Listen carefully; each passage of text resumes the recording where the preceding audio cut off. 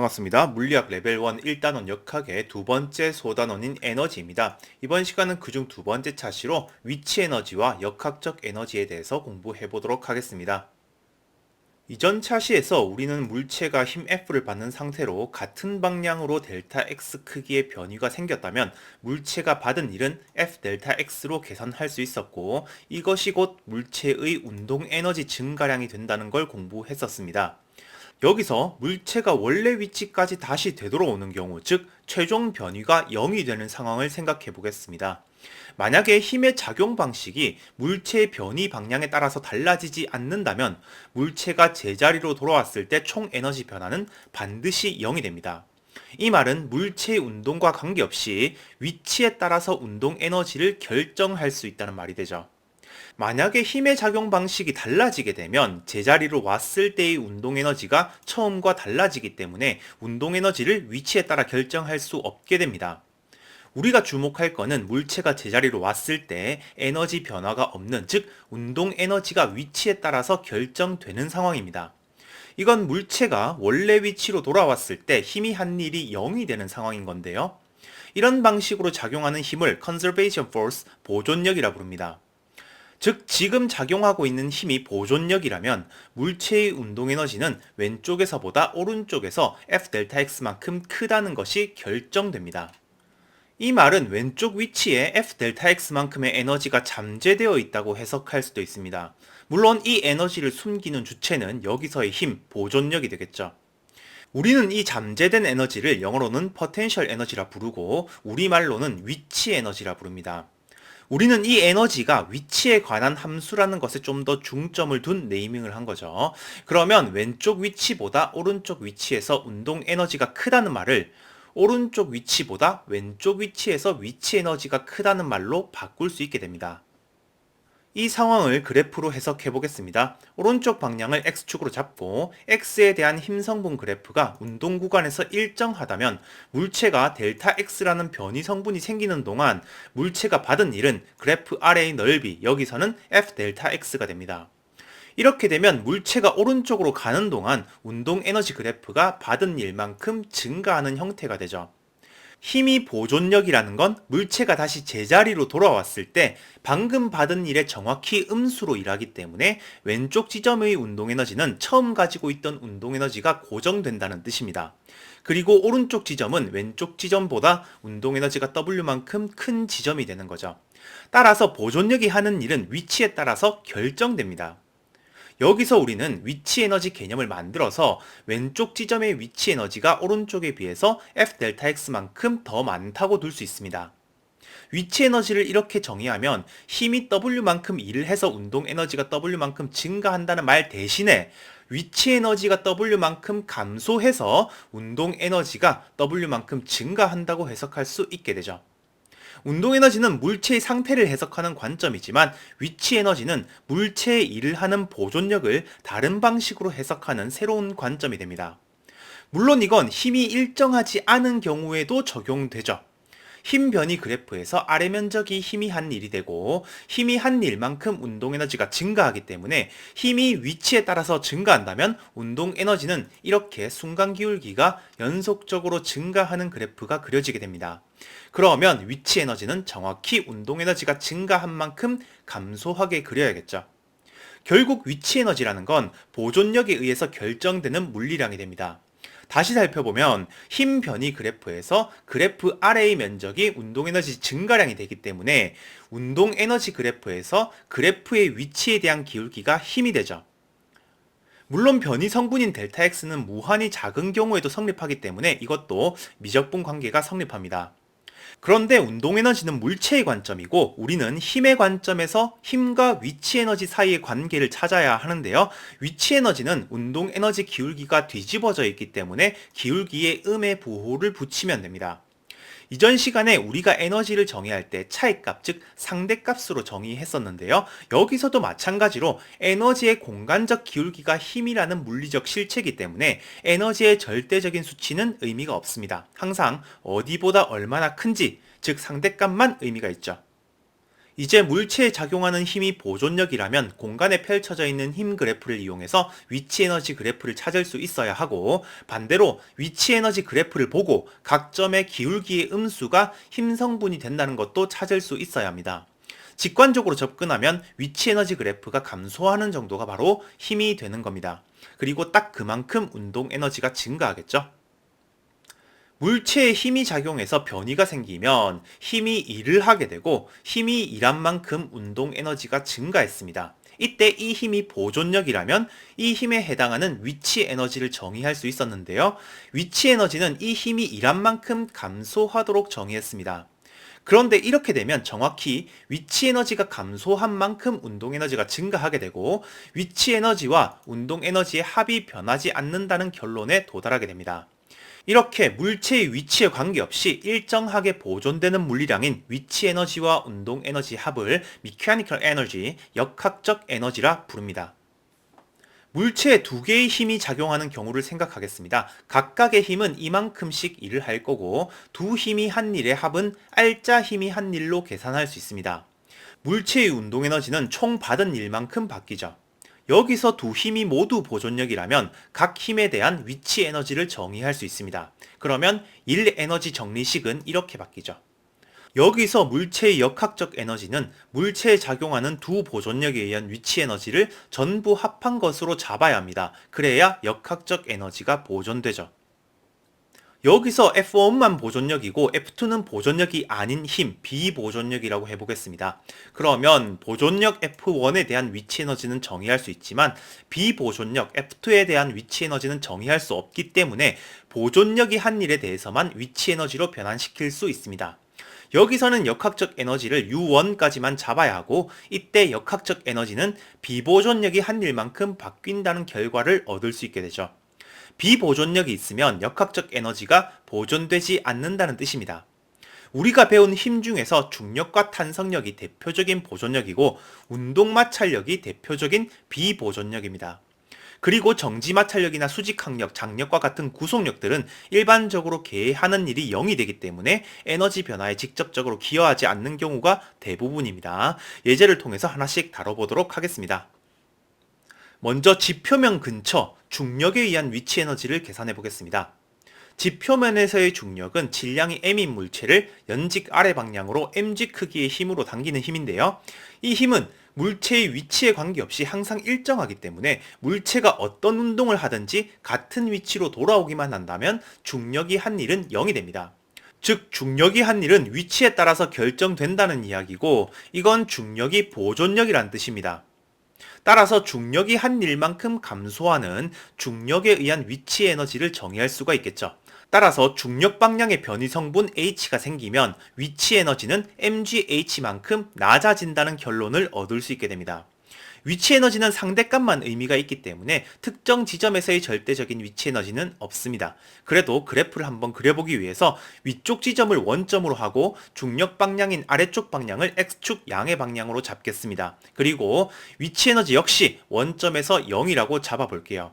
그러면 X축 위에서의 힘 성분은 모든 지점에서 mg로 그릴 수 있게 됩니다. 그리고 위치 에너지는 X가 증가함에 따라서 기울기가 힘 성분의 음수인 -mg가 되도록 그려야겠죠. 따라서 위치 성분이 H인 지점에서의 위치 에너지는 -mgh가 됩니다. 위쪽 지점보다 위치 에너지가 낮은 거죠.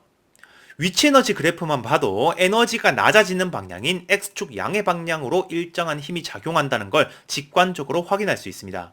여기서 벡터와 스칼라가 헷갈리는 학생들이 있는 것 같아서 다시 한번 강조하면, 힘의 성분이 mg라는 건 힘은 벡터기 때문에 플러스 X축을 향하는 양을 쓴 겁니다.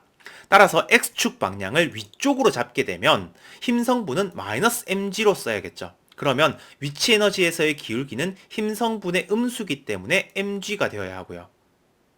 그리고 물체가 아래쪽으로 h만큼 이동한 변이 성분 역시 -h가 되기 때문에 결국 위치 에너지가 mgh만큼 작아져야 한다는 동일한 결과가 나옵니다. 그리고 작용하는 힘의 방향 역시 x축 음의 방향이라는 것도 확인할 수 있고요. 한 가지 더, 여기에서 계산된 마이너스 mgh는 어떤 벡터량의 성분을 쓴 게 아니고 에너지라는 스칼라량 자체를 쓴 겁니다.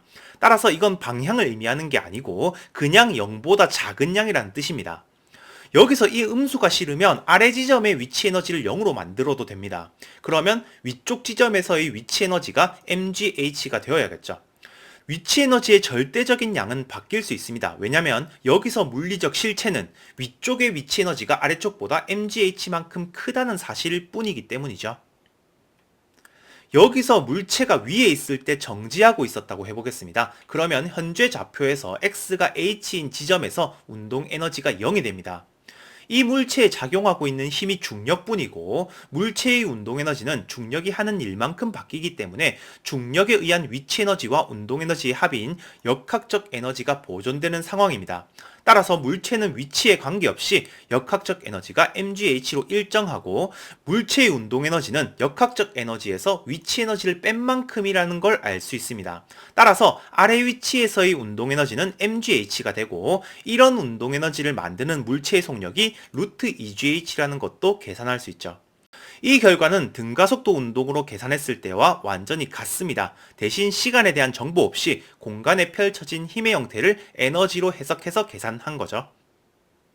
이번에는 탄성력에 의한 위치 에너지를 살펴보겠습니다. 탄성체의 용수철 상수는 K입니다. 탄성력은 평형점이 존재하기 때문에 평형점을 원점으로 늘어나는 방향을 x축 양의 방향으로 잡아주는 게 편리하죠. 그러면 물체의 위치 성분 x에 따라서 물체에 작용하는 탄성력의 x 성분을 -kx로 쓸 수 있습니다. 탄성력 성분을 위치에 대한 그래프로 그리면 이렇게 되죠.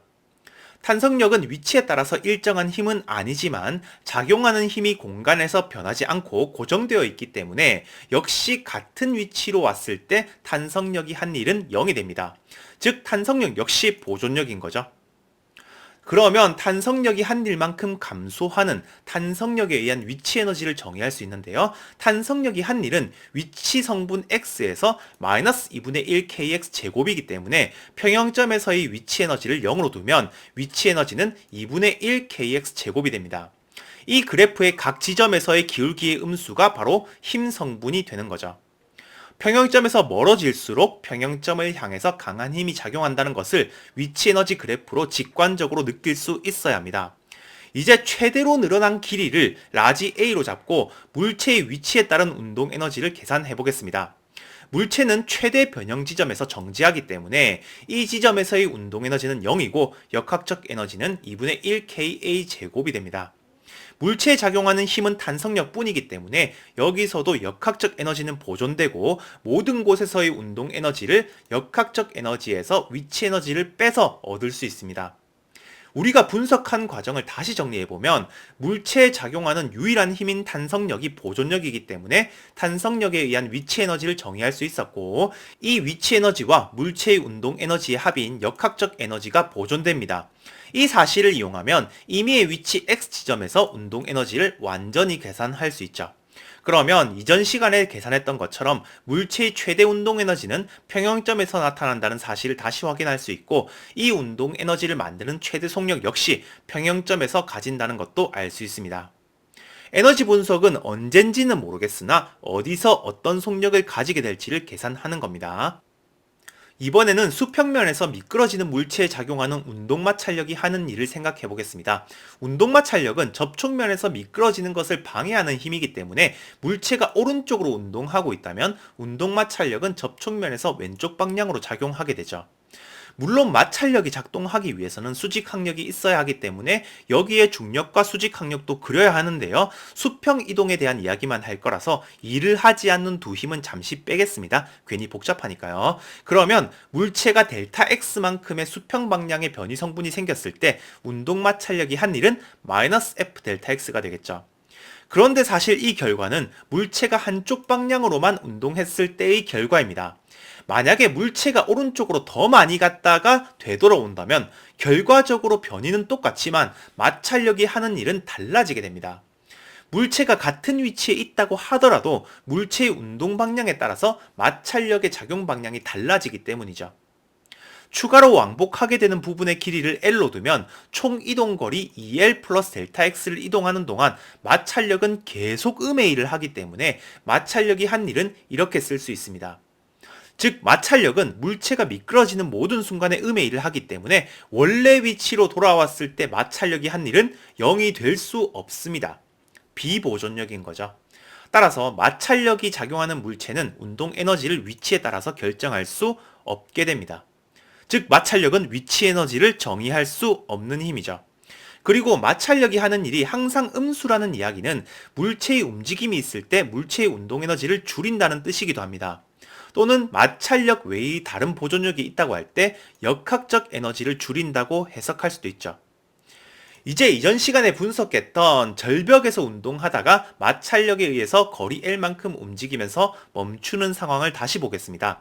각 물체에 작용하는 힘은 중력, 수직학력, 장력, 마찰력입니다. 여기서 오른쪽 물체는 중력과 장력에 의해서 물체의 운동 에너지가 변하는데요. 중력은 보존력이기 때문에 중력에 의한 위치 에너지 변화를 물체의 역학적 에너지에 포함시킨다면 물체의 역학적 에너지가 장력이 일한 만큼 변하게 되죠. 즉 역학적 에너지는 지금 포함시킨 보존력 이외의 힘이 한 일만큼 변하게 되는 겁니다. 수평면 위에 있는 물체는 중력이 보존력이긴 하지만 하는 일이 없기 때문에 위치 에너지 없이 그냥 비보존력이 하는 일만큼 운동 에너지가 바뀐다고 하면 됩니다. 또는 보존력이 하는 일이 없기 때문에 위치 에너지 변화는 없고 비보존력이 하는 일만큼 역학적 에너지가 바뀐다고 표현해도 되죠.